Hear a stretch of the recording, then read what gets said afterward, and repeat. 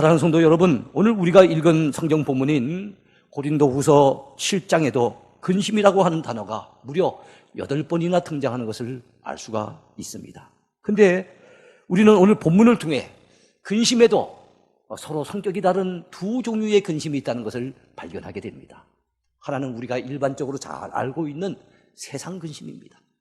또 다른 하나는 성경에서만 발견되는 하나님의 뜻대로 하는 근심입니다. 제가 오늘 관심을 가지는 것은 하나님의 뜻대로 하는 근심입니다. 먼저 생각해 볼 첫 번째 제목입니다. 세상 근심과 하나님의 뜻대로 하는 근심은 무엇이 다른가 하는 것입니다. 세상 근심과 하나님의 뜻대로 하는 근심은 무엇이 다를까요? 첫째로 세상 근심과 하나님의 뜻대로 하는 근심은 출처가 다릅니다. 출처가 달라요. 세상 근심의 출처는 어디입니까? 우리의 마음입니다. 하나님께 대한 믿음이 없거나 약할 때 세상 풍파를 바라보면서 우리 마음이 만들어내는 것, 그것이 바로 세상 근심입니다. 우리가 처한 환경에서 일어나는 풍랑보다 우리 마음속에서 일어나는 근심의 풍랑이 더욱 거셀 때가 많다는 것을 우리는 경험을 통해서 많이 느껴봅니다. 이런 근심의 풍랑이 일어나는 것은 근본적으로 우리의 믿음이 부족한 탓일 겁니다. 예수님께서는 갈릴리 바다 위를 걸어오다가 바람을 보고 두려워하면서 바닷속으로 빠져드는 그 베드로를 향해서 손을 내밀어 일으켜 주시면서 하시는 말씀, 믿음이 작은 자야 왜 의심하였느냐. 베드로의 믿음 작음을 책망하셨던 사실을 우리는 너무나도 잘 압니다. 여러분, 이번에 이 코로나 사태를 만나고 보니 그 앞에 두려워 떨고 있는 우리 모습 속에서 참 우리도 믿음이 연약하구나, 믿음이 너무 작은 자구나 하는 것을 느껴보게 됩니다. 주님이 사랑의 손길로 그 손길을 우리에게 내미셔서 우리를 부디 이렇게 세워주시기를 소망합니다.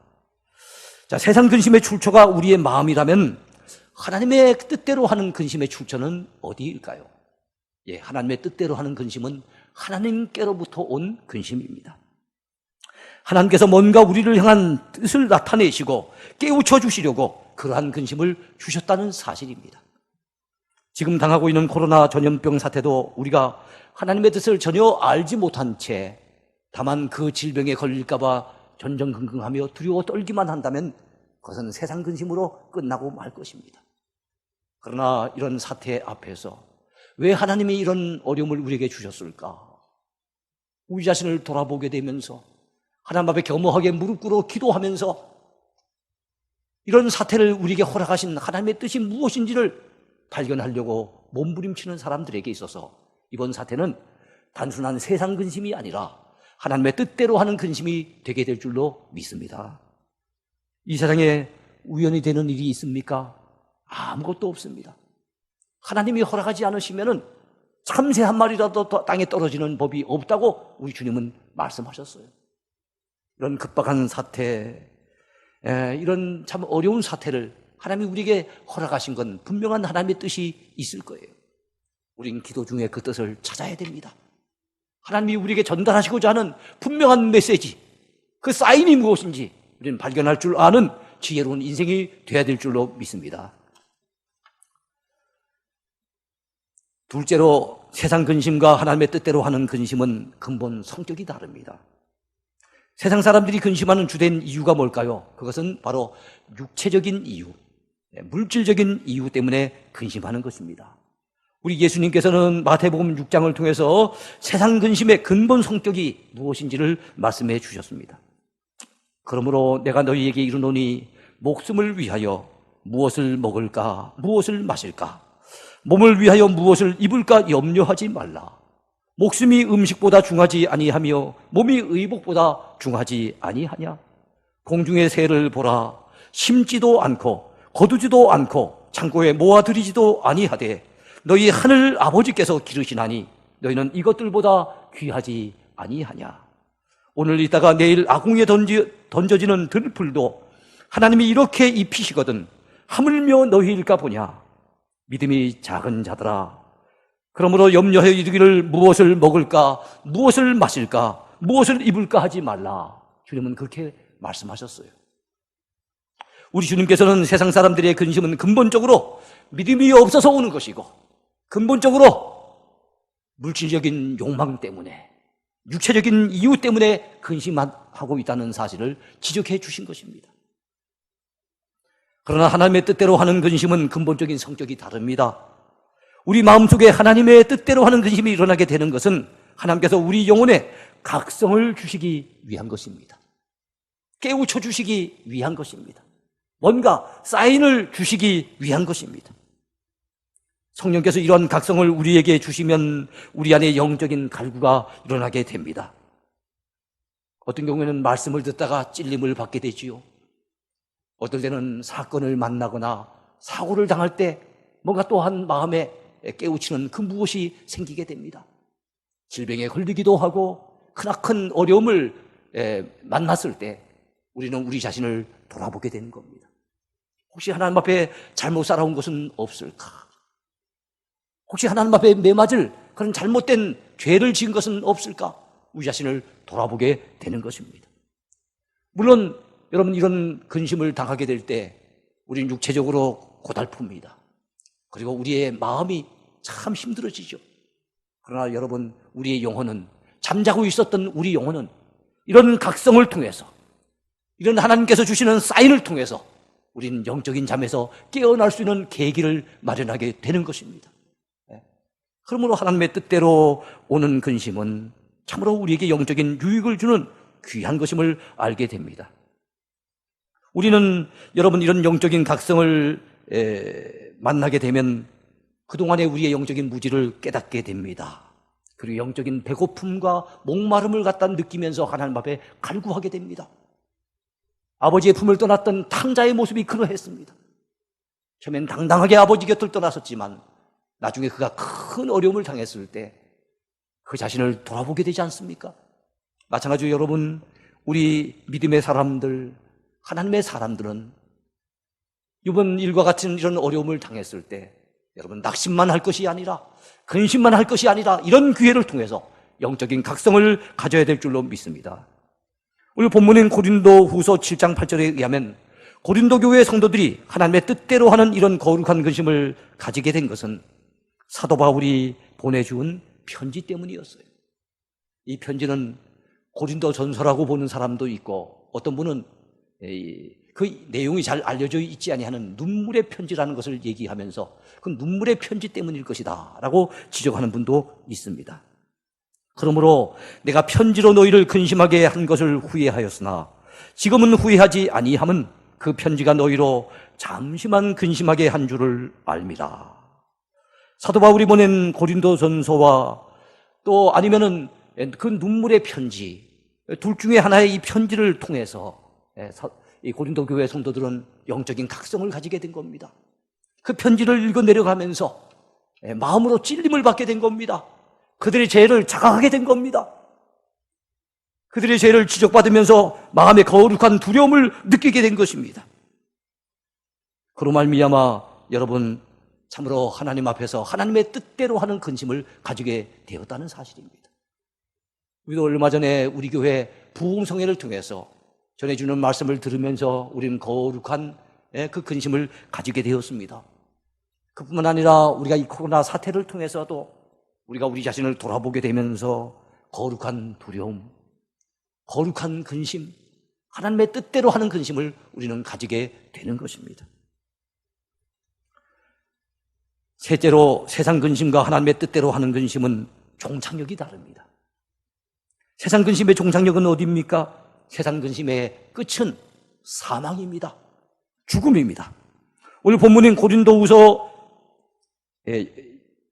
7장 10절에 하나님의 뜻대로 하는 근심은 후회할 것이 없는 구원에 이르게 하는 회개를 이루는 것이요 세상 근심은 사망을 이루는 것이니라 라는 말씀이 나와 있습니다.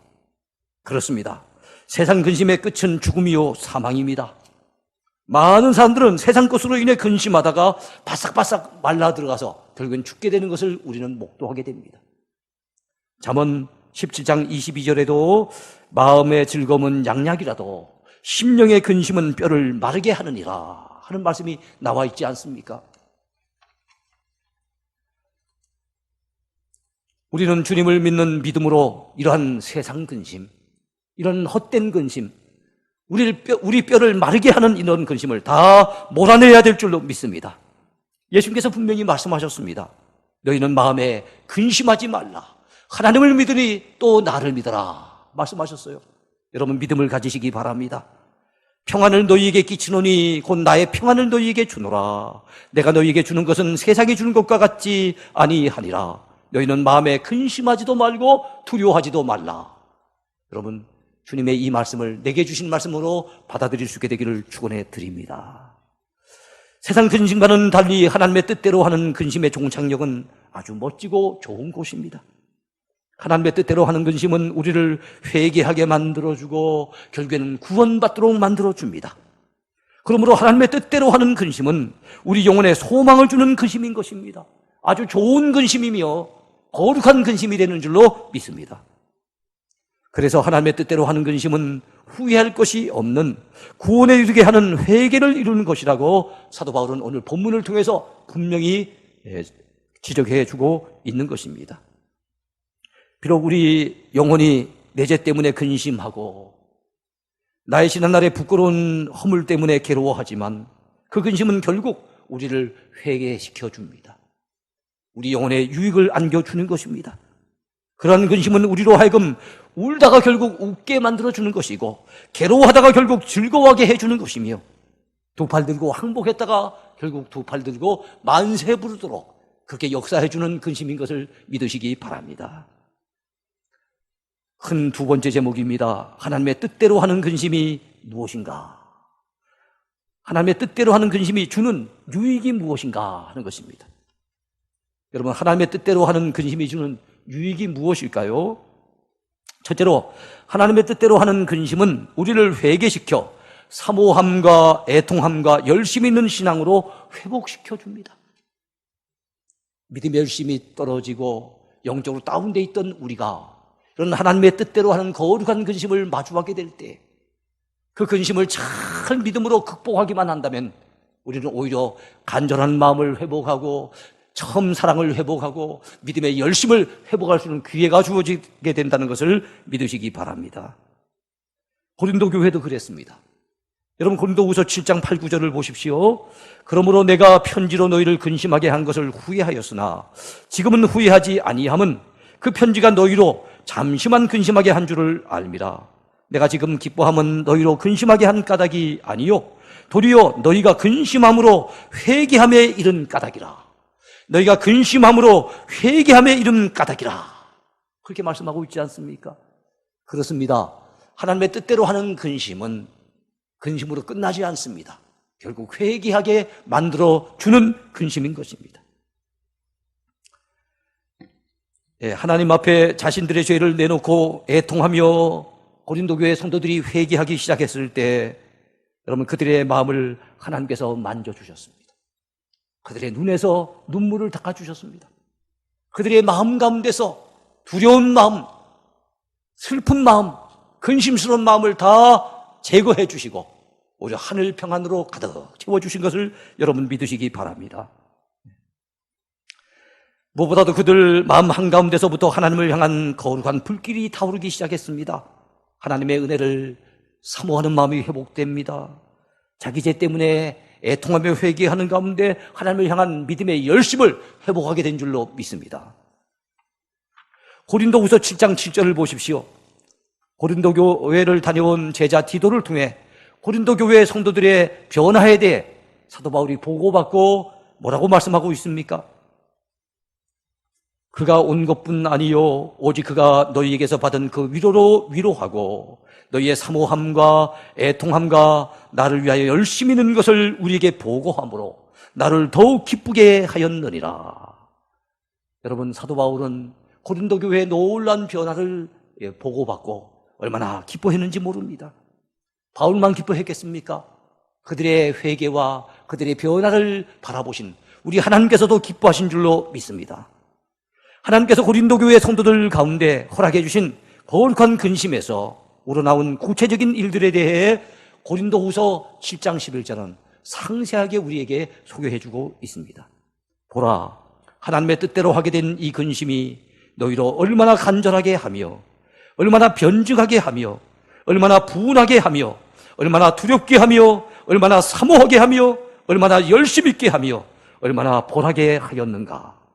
너희가 그 일에 대하여 일체 너희 자신의 깨끗함을 나타내었느니라. 그렇게 말씀하고 있습니다. 그렇습니다. 하나님의 뜻대로 하게 된 그 근심이 고린도 교회 성도들로 하여금 얼마나 간절하게 만들어줬는지요. 지난날의 죄악을 돌이켜보면서 그들이 얼마나 내가 왜 그렇게 살았던고 얼마나 가슴치며 분하게 여기게 되었는지요. 여러분, 하나님의 뜻대로 하게 된 그 근심이 그들로 하여금 얼마나 두렵게 만들어 주었는지, 얼마나 열심히 있게 만들어 주었는지, 얼마나 사모하게 만들어 주었는지, 그들의 삶 속에 놀라운 변화를 가져다 준 그 근심, 그게 바로 하나님의 뜻대로 한 근심이었던 것입니다. 오늘 우리들도 코로나 사태로 말미암아 큰 근심을 가지게 된 것은 분명합니다. 그러나 이로 인해 우리가 우리 자신의 죄를 회개하고 우리 자신을 돌이키면서 하나님의 은혜를 더 사모할 수 있다면, 하나님을 향한 믿음의 열심을 더욱더 가질 수 있다면,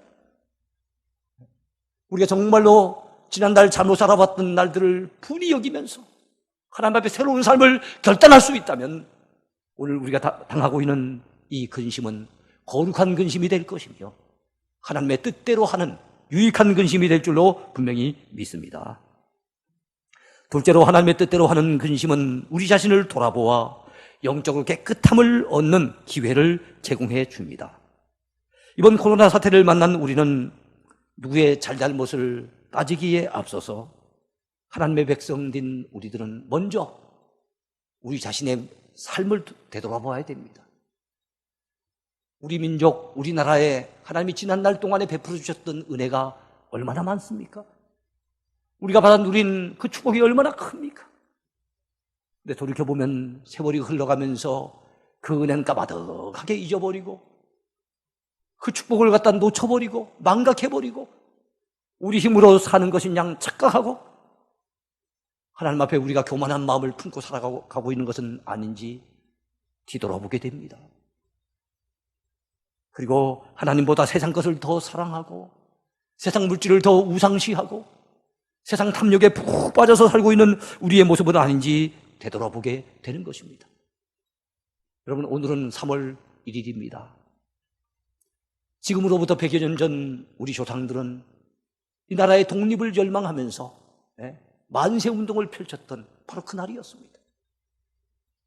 100여 년 전엔 우리 민족에게 독립운동이 필요했다면 오늘 이 시점에 우리에게 필요한 운동은 뭘까요? 그것은 두 손 들고 하나님 앞에 회개하며 하나님의 은혜를 갈구하는 회개운동이 필요한 줄로 믿습니다. 세상 근심은 우리를 절망하게 만들고 고통스럽게 하지만 하나님의 뜻대로 하는 근심은 우리에게 새로운 소망을 안겨줍니다.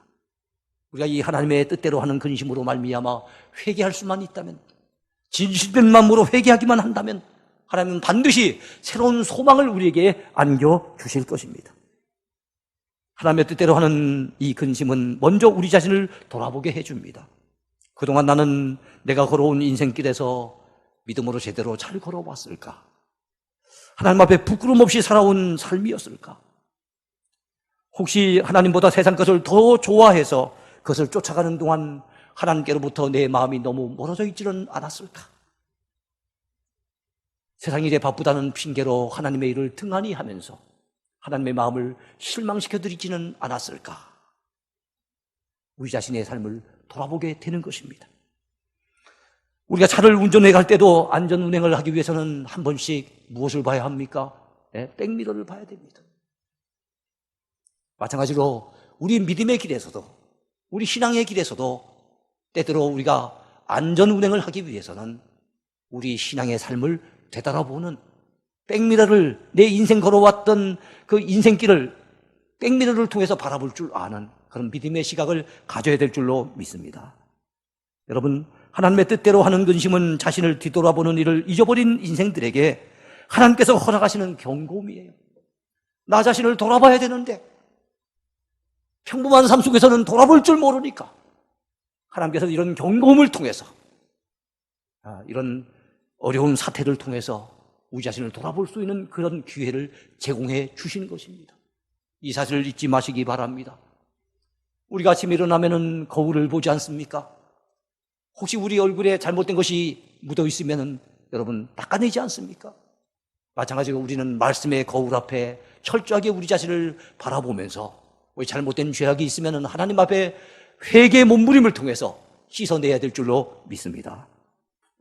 사도 바울은 고린도후서 7장 11절 하반절을 통해서 고린도 교회 성도들을 가리켜 말하기를 너희가 그 일에 대하여 일체 너희 자신의 깨끗함을 나타내었느니라 그랬습니다. 그렇습니다. 고린도 교회 성도들은 하나님의 뜻대로 하는 그 거룩한 근심을 통해서 회개의 몸부림을 통해서 그들 자신의 깨끗함을 하나님 앞에 나타내었던 것입니다. 우리 역시도 이번 코로나 사태를 통해서 여러분 우리 자신의 삶을 돌아보고 회개할 것이 있다면 철저하게 회개해서 우리 죄를 씻음 받음으로 우리 자신의 깨끗함을 여러분 회복해야 될 줄로 믿습니다.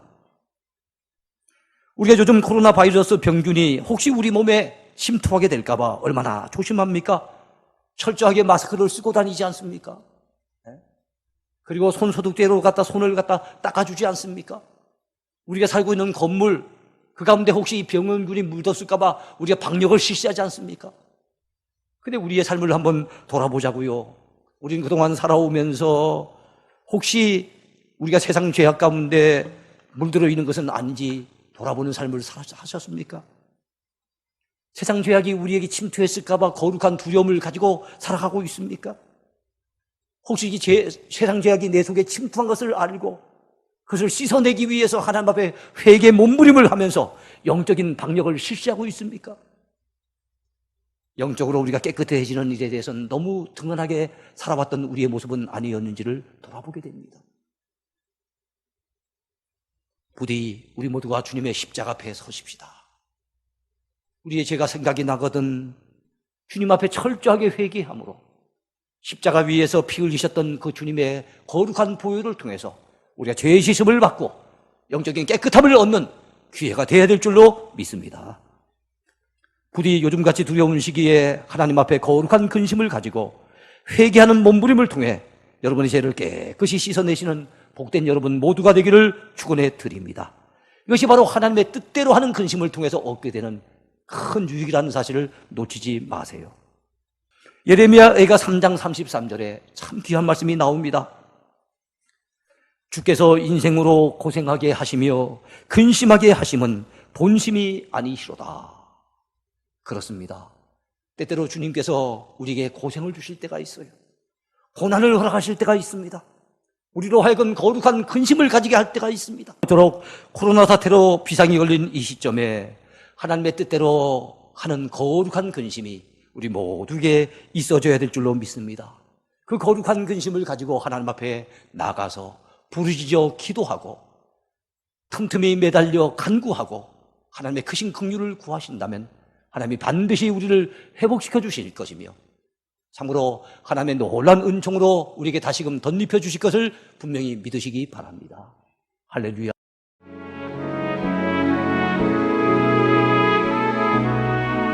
주님 앞에 섭니다. 모든 염려 주께 맡기고 주만